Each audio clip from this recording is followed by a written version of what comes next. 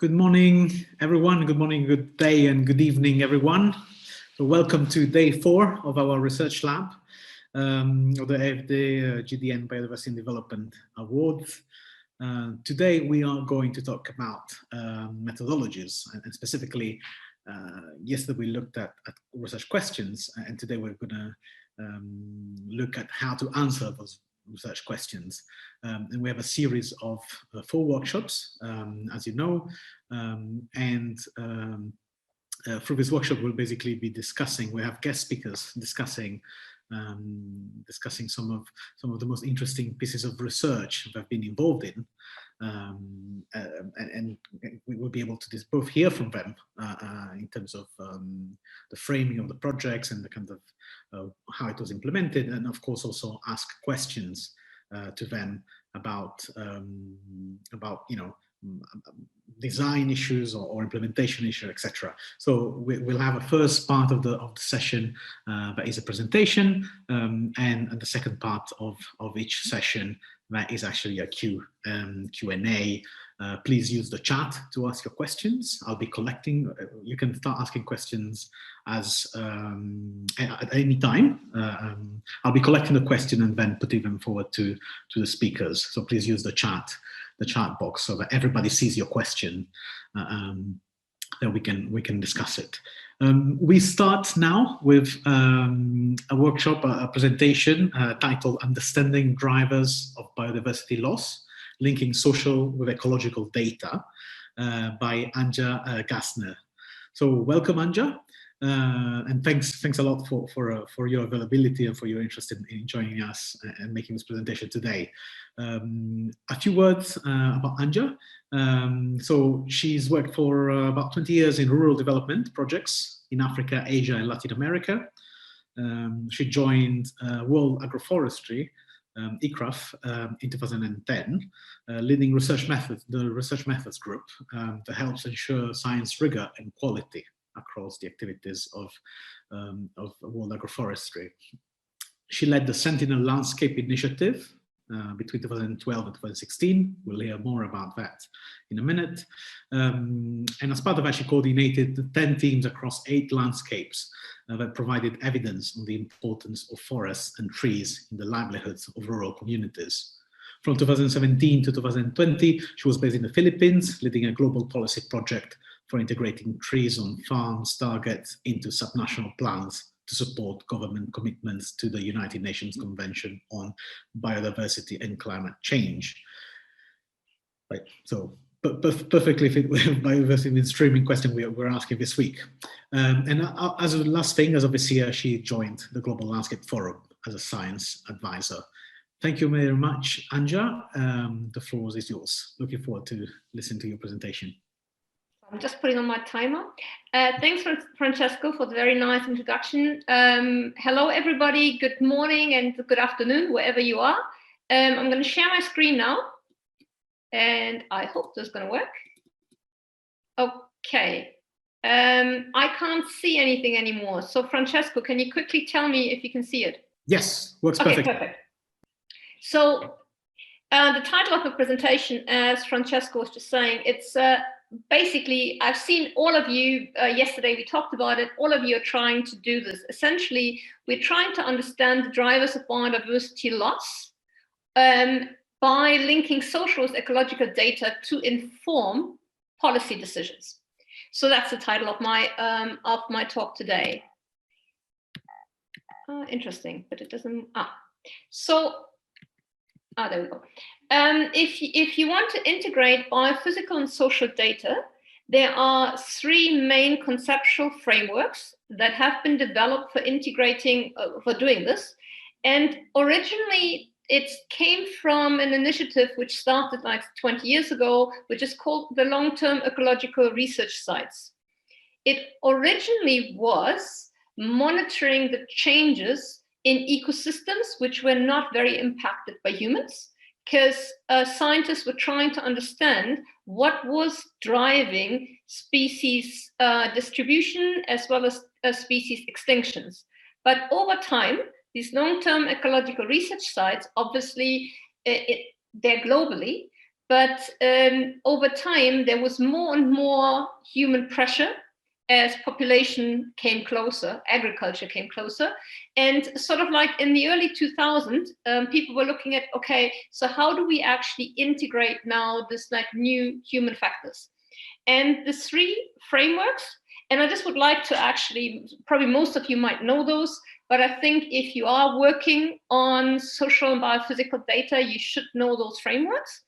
So the three ones, and I will talk about them briefly, is one is the driver pressure state impact response, which has actually been driven strongly by the European Environment Agency. The press, and the other two are more, yeah, they actually build on those. So the basic one is always the driver pressure one. The second one is the press and pulse by Collins, and the third one is the socioeconomic metabolism approach. So very briefly, there we go. Sorry. What is very important for this is that for these frameworks, there is an underlying assumption. And that underlying assumption is that the mitigation of pressures on biodiversity through modification of the underlying socioeconomic drivers is actually the most effective and durable option to reduce the rate of biodiversity loss. So meaning we could, I have seen there were a couple of presentations and projects where people were actually looking at restoring tree cover by replanting species. You had community involvement of reforestation projects, and obviously we also have that in with mammals. But even if we increase tree cover, and even if we increase the environmental conditions for animals, if we do not address the social ecological factors which are actually driving humans to behave in a certain way or push a certain land use, which is the one that drives the threat and the extinction of biodiversity, you can't win the race.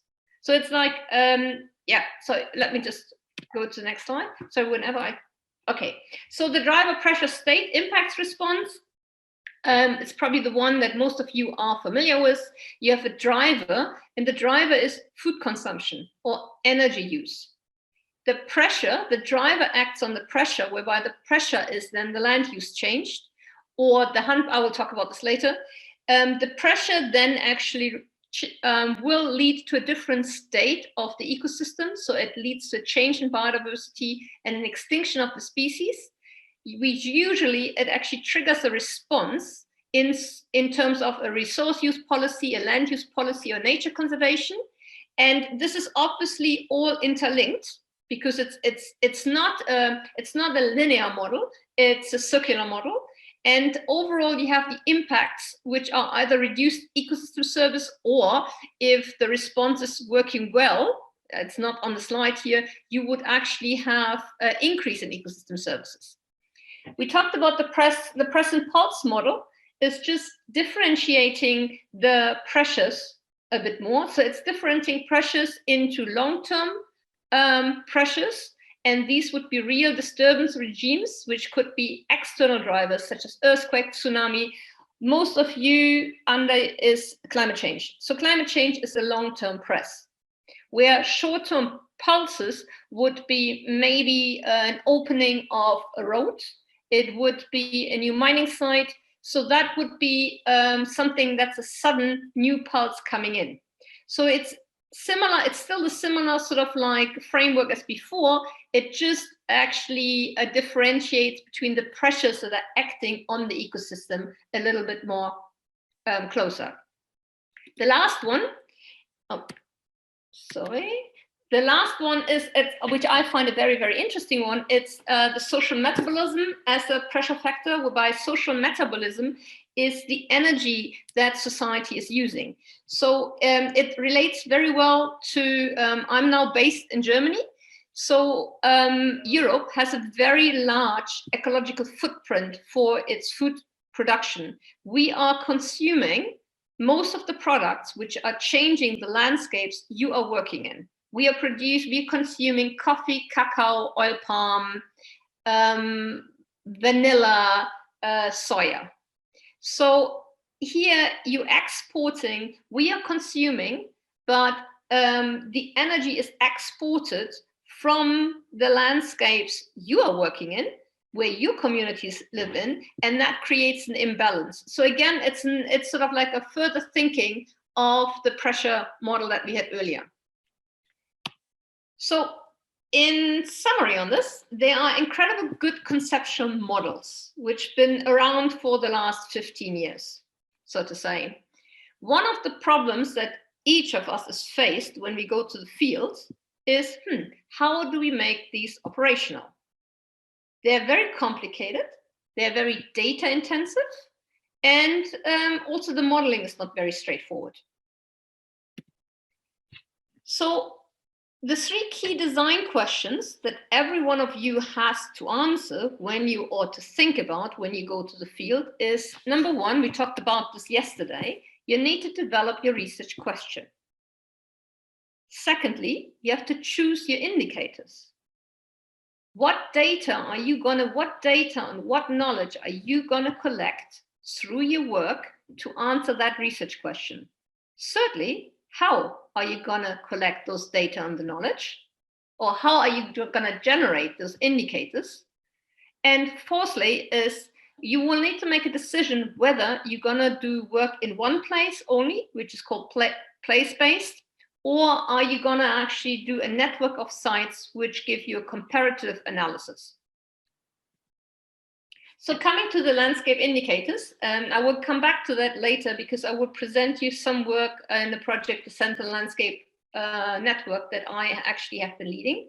I just want to give you an idea of, so you want to link, for example, you would like to link productivity of a landscape, if you work in an agrarian context, with the livelihood of the farmer, with the enabling environment, which is the policy, and probably also the agroecological context, the environment.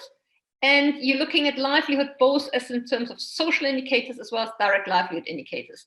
So you will need to think about what productivity for you in your project, what does it mean? Like in our case, we looked at land use, net primary production, and crop yields. Livelihood, what does livelihood really mean? We measured welfare, income, food security, nutrition, and dependency on natural resources. I'm not going to read through all of this now, but it's very important that when you actually look at your research question, that normally the things we would try to link, for example, livelihood. Livelihood is a concept that can't really be measured. You can only measure it through what we call a proxy indicator. So income is a proxy indicator of livelihood. So is food security. So you then need to think about which, given the amount of money you have available for research, can you go to the field? Can you actually do a very elaborated data collection? Or do you have access to already existing data? What for your conditions are the best and probably also the low cost indicators you can use to answer your research question? And that's a very important discussion to be had, and it normally should be done with the entire team. I would like to, it's jumping. So I would like to actually spend a bit more time on measuring livelihood and poverties. It is one of the most commonly asked indicators in surveys. Almost all of us are probably guilty of having gone out to a community, a forest community, a fishing community, or a household and have asked questions about their income or their wealth status. It is one of the most intrusive questions that anybody could ask directly. Nobody would like to admit they're poor. Nobody. And because of that, it is also one of the most inaccurate responses that you will get. Also, you need to consider that where we work, we often do work in poor communities. And you really need to ask yourself the question, if you already work in a context where people are poor, people do earn less than $2 per day, do you really need to ask them how poor they are? do you still need to differentiate between really poor and really, really poor? If you think you do need poverty data, use indirect measures. Do not ask people how poor they are. I would like to point out I think, which is an excellent instrument, and I would recommend each of you to actually look at this, because the tools are available for almost every country globally. And it's called the Poverty Index. It used to be called Progress Out of Poverty. And it's a tool developed by the Grameen Bank to assess and monitor their loan schemes. So what it does, it's a 10 scale question, which you don't actually even need to ask the household. Some of it can just be observed. And it's about education. It's about the condition of the house, as well as some of the appliances the household had. And that 10 score gives you a probability of that household being below the poverty line, the official poverty line. And the scorecard has been developed with the Standard of Living Survey of the World Bank. So it's all backed up by a very large survey. And it's been customized for each country. So you will have something, one of the things I will never forget is that for Honduras, it has this question whether the house has an electronic mixer. Very strange question in some other context, but in that particular context, it makes a difference of whether the household is poor or rich. And I just would like to actually point this out as a really, really good resource. So when you go out to collect data, as scientists, we have a tendency to always think that we have to come up with our own methodologies. We're pretty guilty of that. That is not always the best approach. Simply, for one thing, you are not the only research team that's been trying to collect this data. So there's a lot of work has been going on in developing methods, and there's some really, really good methods out there. Also, some of the methods actually have been used in multiple countries and over multiple times. So there are panel data available, as well as really good comparative data sets. And I would here point out to actually three data sets, which again, each of you should have a look if that is available for your country and your context. The one is the Living Standard Measure Study from the World Bank, which for some African countries, it has a very, very good agricultural module in there. And it's representative at a national scale. So you could, for the districts you're working in, with the communities you're working in, it's an incredible good reference to match and map your own study site against. Secondly, the in-depth network. The in-depth network is a surveillance. Some of them have been going on for 40 years. There are sites in Bangladesh where it's health surveillance, which looks at health indicators and nutrition and in-migration, out-migration. And there, some of the sites have been monitored, and the same household has been monitored for 40 years. One of the things where the in-depth network does not really correlate or doesn't coincide very well with where we work, most of the health and population unit data is done in peri-urban settings. And we usually work more in rural areas, but still it's worthwhile to check it out. The data is available and it's managed by national teams, and they're very friendly and very open to sharing the data. The third one, it's the IFRI, and I shared some reading about this, the International Forest Resource and Institutions. It's the most comprehensive comparative data set of communities dependent on forestry. It was set up by Eleonora Ostrom on trying to understand whether community managed forestry resources were better managed than if it was managed by the government. Just looking at my time. Okay, so I would like to just quickly give some information about, so linking households data with environmental data. Here we had a research question, which was, does the variation in soil health correspond to variation in food security? And what we have done here simply is overlaying high resolution maps of soil health, in this case is erosion, with household information data on food security. And with that, you can see in the data, we had settlements with severe food insecurity coincide with areas of high soil erosion. This is data sets from Nicaragua and Honduras.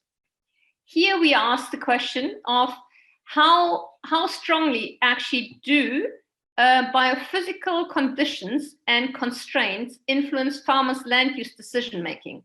If you look at the slide, what this is showing is on the y-axis, we have texture, in this case, a scent. On the x-axis, we have soil organic carbon, which is an indicator of soil fertility. And in here, we have villages where we have information about the innovation of farmers. And you find that farmers which are actually in environments which had a poor soil fertility, so it was less organic matter, less soil fertility, and more sandy nature, they actually made much less diverse land use choices than those that were in very fertile area, which obviously makes a lot of sense, because if you are working under a very fine constraint envelope, you can't be very innovative, because you will not actually be able to harvest the results of being innovative. So this data was used to inform development practitioners of what kind of technologies and what would be the adoption potential of farmers in different areas. So now I'm coming a bit more to the, I'm looking at the time. The Sentinel Landscape Network, the data sets that I just actually showed, it was a standardized methodology to understand and monitor rural livelihoods in the environment. We collected 280 villages, 8,500 households, and 4,480 ground truthing points, working across 7 landscapes in the tropics. What we used was a most different system design, whereby each Sentinel site was chosen to be as different as possible from the others. And the difference was both in institution and social and agroecological conditions. The only commonality that the sites had was that each site was located in a forested landscape that has been severely altered by humans. The rationale of that design is that if you work across a very diverse set of sites and you do still find a relationship between, let's say, poverty and environment, you can be very true, you can be really actually sure that that's a very strong relationship. And we did do data collection across 3 dimensions: livelihood, institutions, and environmental. Our research question was, is there a relationship between the variation in tree cover, tree quality, and the variation of any of the 4 system level outcomes? And they're here: reduction in poverty, increased global food security, improvement of nutrition, and better management of natural resources. And we also try to understand the drivers of the spatial and temporal variation of tree cover. I've shown the indicators. And in my last 2 minutes, I would like to dive down into one of the analysis that we actually did. And here we were looking at sustainable intensification. For those of you that work in agriculture, you know that sustainable intensification has been the overarching paradigm for the last 30 years.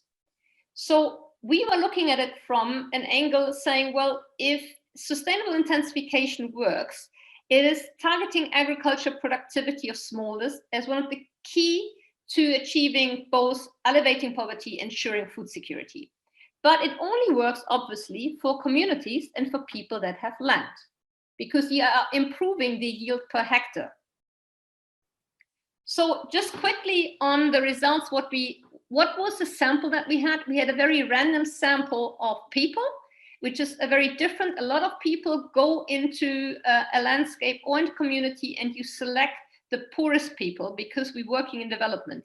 We actually went in and selected randomly sites. What you can see here on this figure is the results of the poverty index that I showed you earlier. It's the probability of, it's a frequency analysis of the probability of being below the poverty line. And what you can see is here that there's a huge difference in the slope of these graphs. Each graph or each line is one of our landscapes, and it just shows that the one lower, it's actually for Latin America. We had also a lot of very rich farmers. So we had the very large livestock people. We are on the sites in Asia as well as in Africa. It was a lot more smallholders and a much higher prevalence of poverty. But overall, the sample was very random. It was giving us a really good picture of who was living in that landscape. Here an overview of how many people had land. Again, there's a very large variation per landscape, as you would expect. And the same as I was just saying, if you look at, I don't know if you can see my cursor, here is Nicaragua, Honduras. We have quite a good mix of people having very large land, the same as the Western Amazon, which is the Latin American sites. They had a lot of people with a lot of land.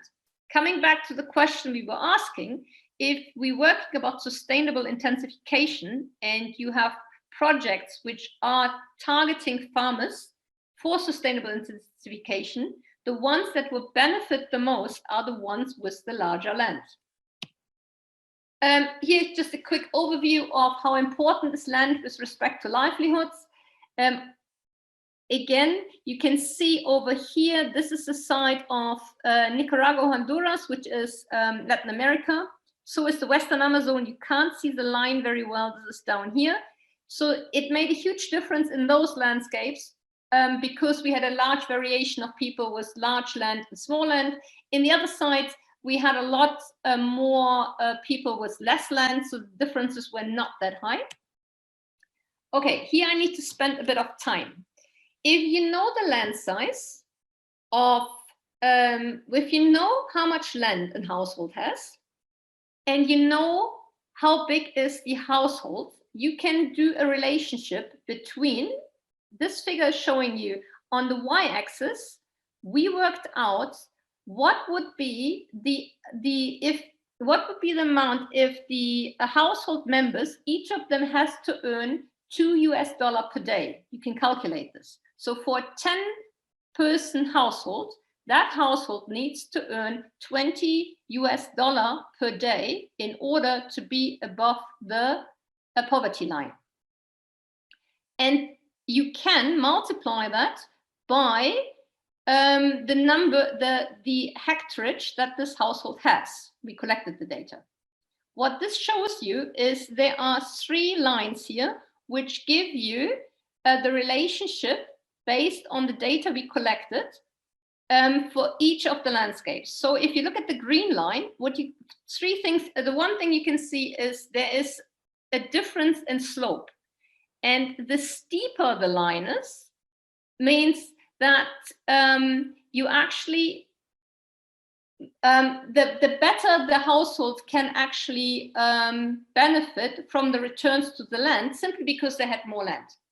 For the 2 lines down there, you have people with very, very small land. So the red line is between 1 to 3 hectare, and the blue line is less than 1 hectare. So the less land you have, obviously, even an increase in your productivity will not give you a very large return because you have very small land. How this actually plays out, sorry, I'm losing. You can now, if you now project on here the poverty line of $2 per day, you can see for the landscape with for the households that had 3 hectares, they would need to earn, they need to earn at least $500 per hectare per year from their land in order to be above the poverty line. For households between 1 to 3 hectares, you need to earn at least $1,600 per hectare per year in order to be above the poverty line. Now, all of you are very familiar with the income that your households can earn. You know how difficult it is to actually get an income from $1,600 per hectare per year. Normally, our farmers are somewhere here. So this is almost the last slide. I'm almost done, Francesco.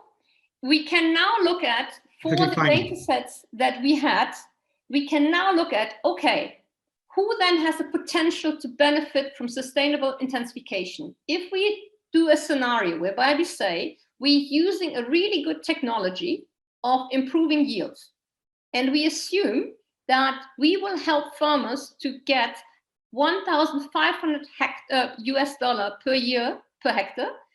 For those of you that don't work with cash crop, that is about the equivalent of an oil palm farmer, which, as you probably know, is one of the most lucrative products that somebody can produce. So people that have really highly intensified cacao and oil palm can maybe get 1,500 US per hectare per year. So if you then look at this, all the ones that are red in this slide are the farmers that would not benefit from that intervention. Because even if you put the best technology and all that on their field, these farmers would still be poor by definition of the World Bank. And essentially, we use this data to actually discuss with practitioners to say, you know, having all development aiming at increasing yield per hectare is not the best development strategy for a lot of these households. So the question that we actually asked ourselves was, is it actually worthwhile to invest in comparative research? And yes, it is necessary to test paradigms and to inform the strategic direction of research and development and global policies. But as probably there will be probably questions from you coming in now, once you start doing a very global analysis of these landscapes, you obviously lose the very, very small variation of inter-household variation, and you can't answer those with actually comparative research. So yes, comparative research makes sense, but if you really want to know what drives things at a community level, it needs to be embedded in place-based research to understand the site level variation. And that's it. Thank you. Thank you, Anja. This was really fascinating. And I have myself a number of questions. So I would invite everyone to start asking questions using the chat. In the meanwhile, can I just, just a comment.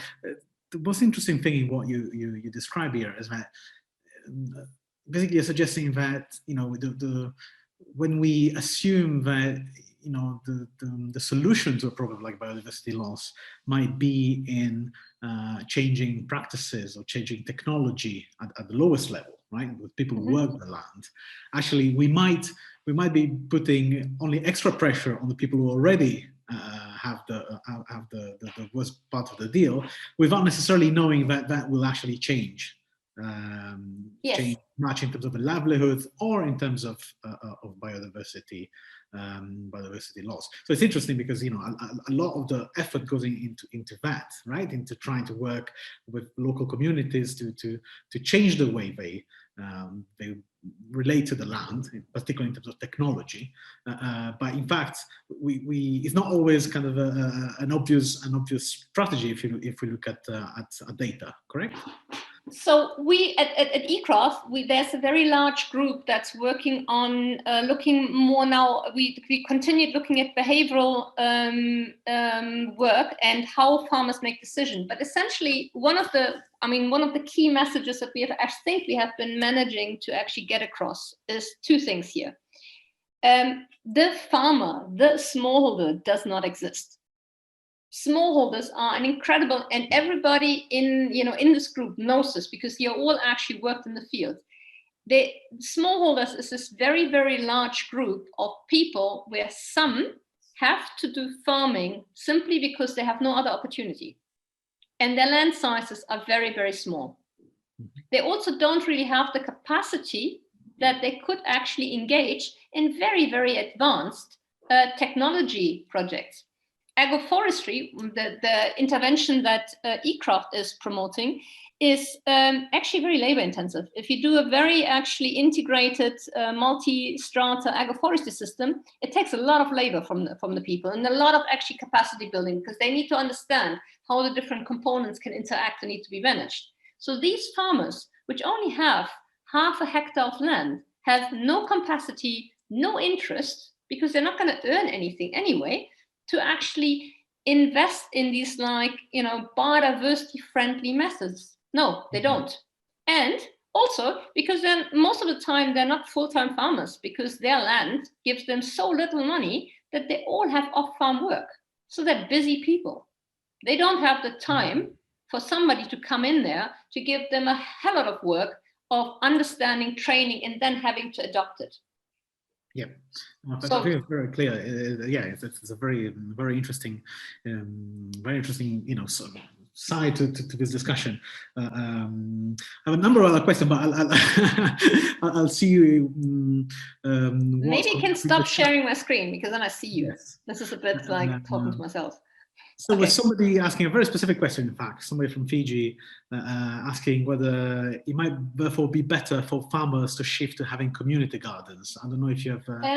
well, it depends. Again, you know, scientist, it depends. It's all complex. I think what is actually, what the ultimate, if you want to reduce the pressure, for one thing, farmers with larger land are normally the one that has more money and more assets. So if you could actually aggregate the community, and then you would have a community managed land, but also the community is not 100% dependent on the land, because it has other income sources. And that's where the important bit is, to build the value chains and to upgrade value chains, to have, if they, for example, collect NTFPs. I've seen some of you are doing fisheries. It's important that they're getting more money for the fishes that they collect, not just are we the resource collectors.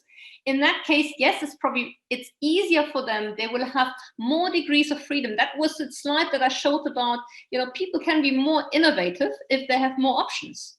If you have super small land and you have no space, and you have no money, and you do not know how to feed your family the next day, you have no option of thinking about, you know, biological pest control, on how to invest in long-term trees. Trees take like 20 years to grow.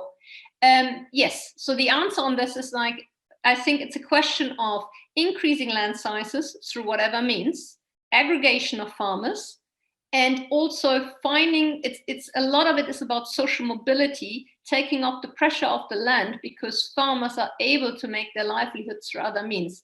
And in our context, it's not moving to the towns. It's often actually helping farmers to move along the value chain from simple just producers, from collectors and growers, to be producer of a product. Absolutely, I think this really makes very strongly the point that you know, it's absolutely not obvious that the solution is technology, yeah, but the fix is in technology, and that this is why, you know, we are really pushing in terms of social sciences, humanities. So what else beyond in legal issues, legal frameworks, how you distribute land, ownership of land, of course, all those things have a huge impact. I'm also thinking about, and this links to another question that was asked, also thinking about the macro picture, right? Looking at the global demand. Yeah, but it's driving, it's basically putting pressure, extracting basically biodiversity ultimately from that specific place. So how do we keep that into account in a way? There's a question here on whether the free frameworks that you started with are complementary in the sense that they can be used together. Yeah. Each of them is like, I mean, as I said, the pressure, the pressure model, the drive on pressure one is the original one.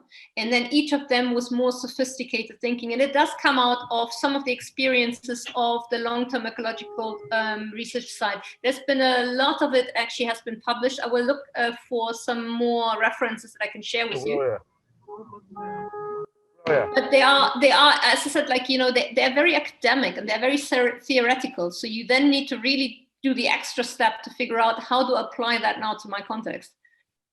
Yes, yeah, yes, of course. Do you have any example of a piece of research that you were involved in, which really tried also to link this more global kind of analysis into this kind of the place-based research with more global comparative work? I can probably share some of this. I would have to look for. I'm always also trying to look for. Obviously we publish a lot. That doesn't necessarily make it a good paper. So you're trying to find something that people can actually understand. Absolutely. I will try to share some more. Absolutely, and of course we'll share the references with everyone by the end. So just on this question, it's really interesting because we did set up the Sentinel landscape because it was a criticism from a social science review on the CGIAR. Most of you do know the CGIAR, 15 centers, been working for 40 years in the tropics. And essentially the review was telling us, you're doing great work. It's really nice what you do in the field, all this little stuff, but could you actually do it in a more systematic and more comparative way? So all these little findings that you find, we can actually aggregate and it can form decision-making and global policies and paradigms. Because we are very guilty as eCraft and a lot of the other CG centers. We're working in, I'm working in this blue village with these small little green people. And I found that the small little green people actually really like to take care of this and that. And then somebody says to you, that's wonderful, but do you think the red people would do the same? And you would say, now I need to do another research project. Okay. Yeah, obviously, yes. Can I ask you, how were the findings from this piece of research you presented used, if at all? Okay, that's a really good question because I didn't put that on my slide. Sadly enough, it still has not been used to the full as the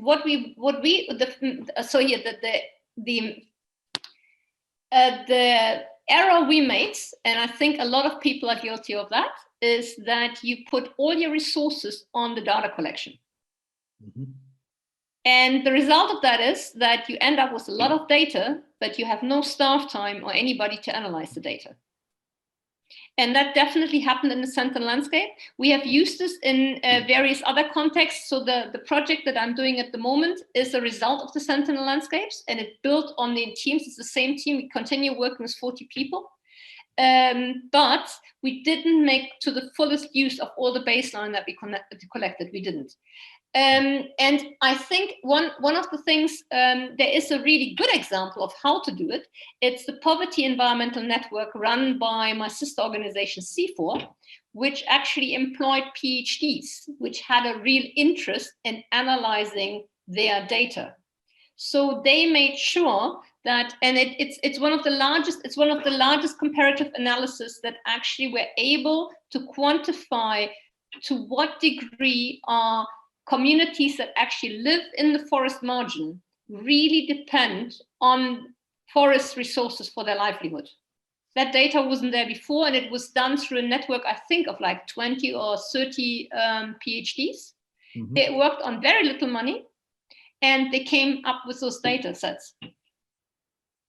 So and those data sets were then used in any way? I mean, I guess yes, they're all the special issue. I can look at the special issue. There's been a special issue on this. It's been quite a groundbreaking on the question on the importance of forest for food security and livelihoods. Yeah. And it's been done by C4. So we did it the other way around, and it was wrong. It took a long time, I can tell you, trying to work across 100 scientists, each of them been standing in the field for 40 years to agree on a common methodology if you want to do comparative research. That took a long time. And so we put all our resources on the methodology development and getting the teams in the field and understand. And we did get the data set, but we didn't do the full. So again, do contact me. We make the data freely available. If you happen to be in the country where we actually have a Sentinel landscape, I'm very happy to make those data set available to you. And you're free to use them. They are public goods. Excellent. I think everybody should, I hope everybody took note of that. There aren't questions are coming in. I would like to invite everyone again to ask questions. I think this is such a good sign. In fact, probably people this made everybody think a lot. Going back to your slides, another comment I had, and if I can abuse my position as moderator, I'll ask another question.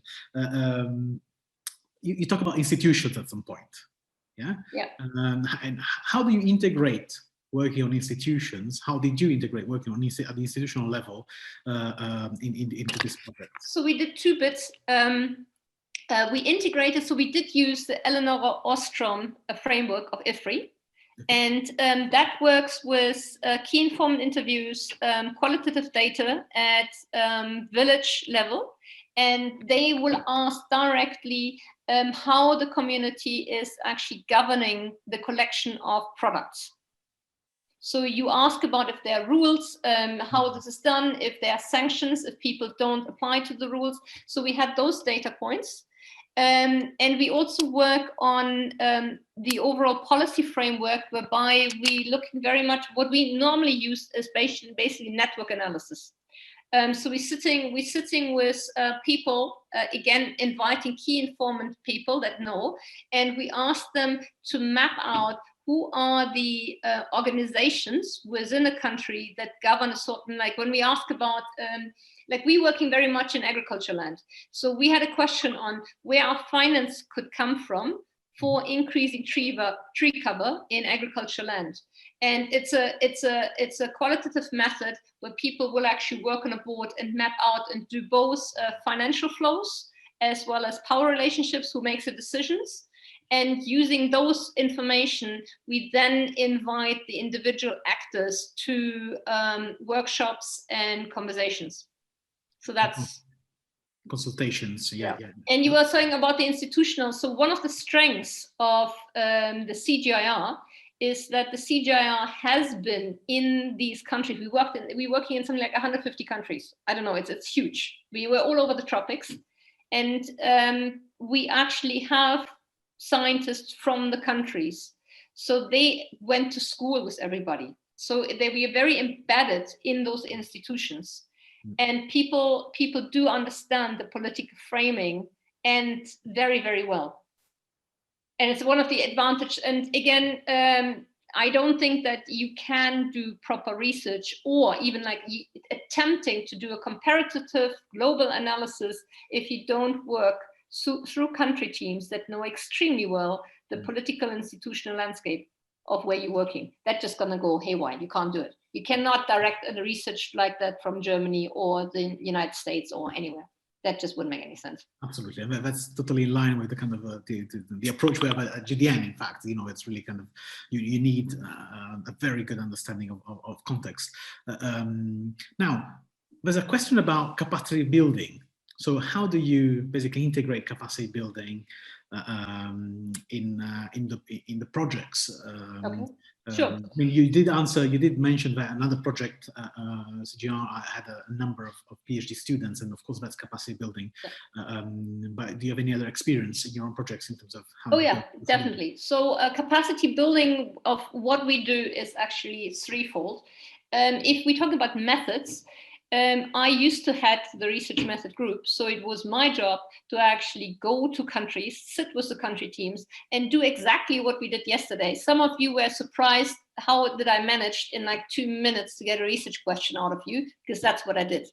So I sit with a team which has all the heads about, donor reporting, we have to tick the boxes, and I would bring them back and say, what are you guys actually doing, and why are you doing it, and what are you trying to answer? And it's just a process. So that part of capacity building. And in terms of method, it isn't really about the sophisticated method. What I found, and we all find, is what a lot of the time is lacking is people taking the time to really think about that research question. And most of the, a lot of scientists are aiming for, I want a science publication. I want to do a causal relationship, which you need to get your work into world development or in science. But that is very complicated when you do social ecological systems because of the time gap between the outcomes. It's not that easy to do. But most of the time, a lot of the research question that you guys have can be really nicely described and showed by really good descriptive data. And it's that bit of capacity building, of actually going back to talk to people to say, hey, it isn't the most complicated model. Wonderful that you can do all the R programming. Wonderful you do all this econometric modeling. I'm very guilty of. I'm not an economist. And to me, like, you have these like economic papers, they start off totally great. You know, understand the introduction, totally know what they want, and all of a sudden you get all these bizarre integrals, a really weird calculation, and then you get some conclusions, and you kind of think, I don't know how you got from here to there. And to me, that is bad science. If you actually hide yourself behind some super complicated model that nobody can understand who's reading the paper, you're failing to communicate. We talked about this yesterday, the day before. You are informing policy processes. You are providing scientific data and evidence about why one choice is better than the other, or what the implications of doing something or not. And we stay with biodiversity. What politicians need are numbers, and they need to see them black and white. They love maps. Maps is an incredible good communication tool. But having some econometric model where you're presenting this like 30-column table with all bizarre significant ranges that nobody can understand what it really means, and in the end some R square, and you say it's significant, nobody can translate this. So coming back to the capacity question, it is really about common sense. Which the system doesn't necessarily kind of incentivize. And sorry, so when we do capacity, we used to do a lot of training with national research institutions. So we would always extend having training courses and doing exactly what you're doing this week. We will do this with national partners. And we also, the CGIAR does do a lot of capacity building with farmers, but that is on the technologies, on the interventions. But in terms of methods, yes, we work with universities, national research institutions, as well as taking in interns and training our own people, really. Yes, and it also implies thinking about research in a slightly different way as a process, right? Where you need to invest significantly at the beginning, and this is what we are trying to a limited, of course, extent in this award program. And then you need to invest significantly also at the tail end, right? When researchers, the papers are submitted to the journal, but still, the job starts in terms of translating that creatively into products that can communicate with people who take decisions in the end, who need that knowledge. They don't need necessarily kind of Francesco, you also asked me about lessons learned from this project. The Sentinel landscape. I set out, we used qualitative data from IFRI, which was great, but I also attempted to do a very comprehensive, very short household survey. We did cut it down quite significantly, but again, and this is my advice to all of you, if you're working on recall data, which is the one you're going to a household and you're asking somebody, how have you done? How is this? And it's recall data. Number one, you're actually asking someone's perception. The farmer, the household you're talking to will always try to provide you an answer. They always do. Doesn't mean that the answer is actually right. The information that we really at the end got out from the household survey, I have to say, was not worth the investment and the time, and also not the amount of work. And another problem of household surveys is that you always start off saying, oh, let's do it short, let's go in. But then you talk to, and then, oh, why do you go there? Can you also ask this? Can you also ask that? Oh, this would be nice to have. So as an overall guideline, first of all, always distinguish between must have and nice to have. And nice to have, just cut it. Never do the nice to have, must have.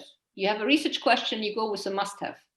And I would really actually, for the type of work you want to do, doing qualitative, short, key informant interviews, focus group discussions will get you way better results than doing a very comprehensive, expensive household survey. And the reason for that is because you do not work with very well enumerators, trained enumerators. You can't do that in a small research project. We normally use people that, students they come in for one project and then they come in for another one.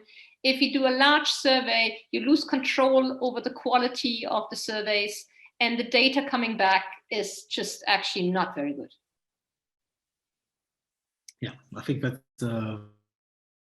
very clear. I think it's relevant to some of the projects that are competing for the awards. Again, I'm not trying to say that those of you who plan the socioeconomic surveys shouldn't do it. Just saying that feel free to change your plan if you realize that there's a better way to do it. And I think this be very critical. Be very critical of what you're asking. Absolutely, and specific. I don't know if you can sum up all you have said, Anja. I don't see the other question apart from a question about repeating the references. We will share the slide. We'll share I will share my presentation. I just need to actually put some references in and share the references with you. Well, to sum up, because I was talking to quite a number of you yesterday. I think. First, I was trying to communicate this yesterday. The approaches and the ideas you have and what you want to do, there was nothing wrong with it. They're great. But some of you had not retranslated that into a research question. You're applying for a research grant. So the research question is what I showed earlier. It's like, for example, does a variation in household income or household livelihood lead to people being more aware of the benefits of biodiversity? That is a research question. That one you can measure, and this one you can prove it's right or wrong. But saying, oh, well, we want to train people to do community monitoring, that's the objective, but that is not a research question. So that needs to be retranslated. And I think each of you needs to go back. I've only talked to 2 people which had really, really well thought through research questions. So you need to really distinguish between a research question, which is what can you measure and what can you prove, and the approach and the objective of what you want to achieve. 2 different things. Absolutely, I think, and again, this is why we articulate the selection process with all the steps, so that everybody gets a chance to rethink what they're doing.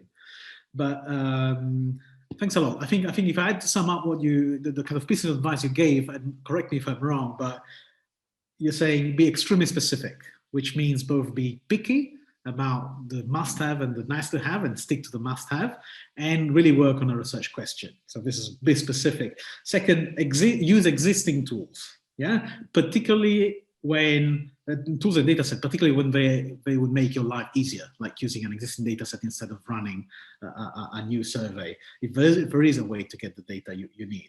Third, use tested methodologies and data sets, as opposed to kind of starting from scratch, kind of trying to innovate methodologies, particularly given the limited scope in time and resources of the grants we're going to give. But also cultivate relationships, because this is how you kind of understand who might be using the findings of your research and what do they understand. And finally, get creative when it comes to communicating think a little bit outside of the box. So no formulas, but data and images and maps, just whatever you need, but don't expect policy actors to understand research the same way that researchers do. Right? The same way we cannot expect, nobody can expect of a researcher to understand policy as much as a policymaker does.